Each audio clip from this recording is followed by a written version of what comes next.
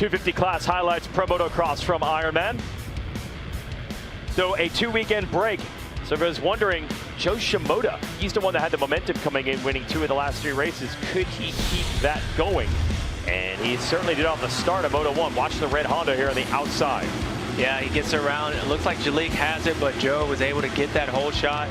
And man, he had that pace and had the flow early in his moto. Been working on that early lap speed, getting better starts and having that sprint speed. And for the HRC number 30, Joe showed it. Was able to get away from these guys. Hayden Deegan was going to slide his way up as he tries to get around Jalik Swoll. About 3-4 seconds behind Joe. Couldn't close that gap for a while. As you can see, Joe starting to get away. Hayden closed it. Joe stretched it out. But Hayden went to work, as now you're going to see Levi Kitchen try to go up the inside of Tom Vial. Tom wasn't having that. Nice to see him with a little bit of fight back. Ends up third in this moto. Levi ends up tipping over. So rough first moto for him. Oh, actually that was for 4th. This is for 3rd place. As he goes up the inside, he was just deboing everybody. Jalik Swoll. Haven't seen Tom that aggressive for a while, so maybe just a little bit more energy, more healthy. Now that was the moment for Levi. Ends up having finished round 15, so tough moto for him. He'll bounce back, but not the way he wanted to start it off. Swoll was not able to stay strong to the end. It started losing some ground. This is Garrett Marchbanks, another comeback ride for the 36. Yeah, he's been passing 150,000 people all year long. So Garrett did a good job, ends up 4th place this moto. But Hayden Deegan, as I mentioned, he had to go to work. He had to switch up the lines, and it was very impressive, as once he got to Joe, wanted to let him know he wasn't having this. Joe did his best to fight back, but Hayden had it figured out. It was too late, too little for Joe Shimoda that first moto. So Deegan able to reset the order after Shimoda won Washougal. Down to see, they did split the motos there. It's not like Deegan didn't ride well at the last race. He just didn't get the overall, and he wins Moto 1 this time.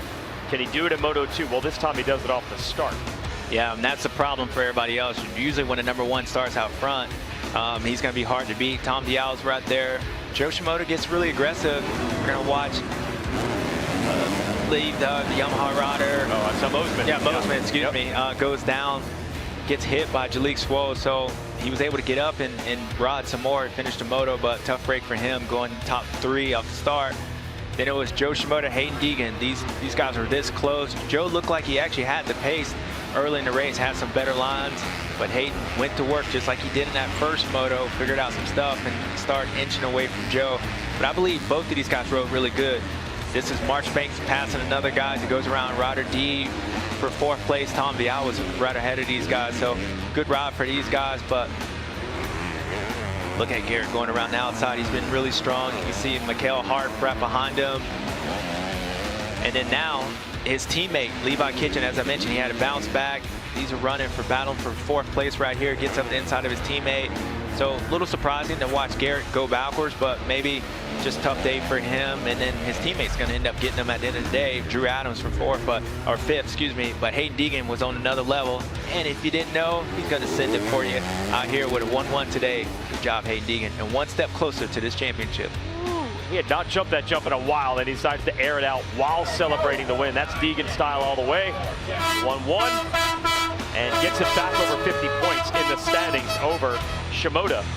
He might be able to wrap it up now next weekend at Unadilla. And there you see Vial, consistent all day in dirt. Really one of Vial's better rides in what has been an up and down summer after winning a Supercross title earlier in the year.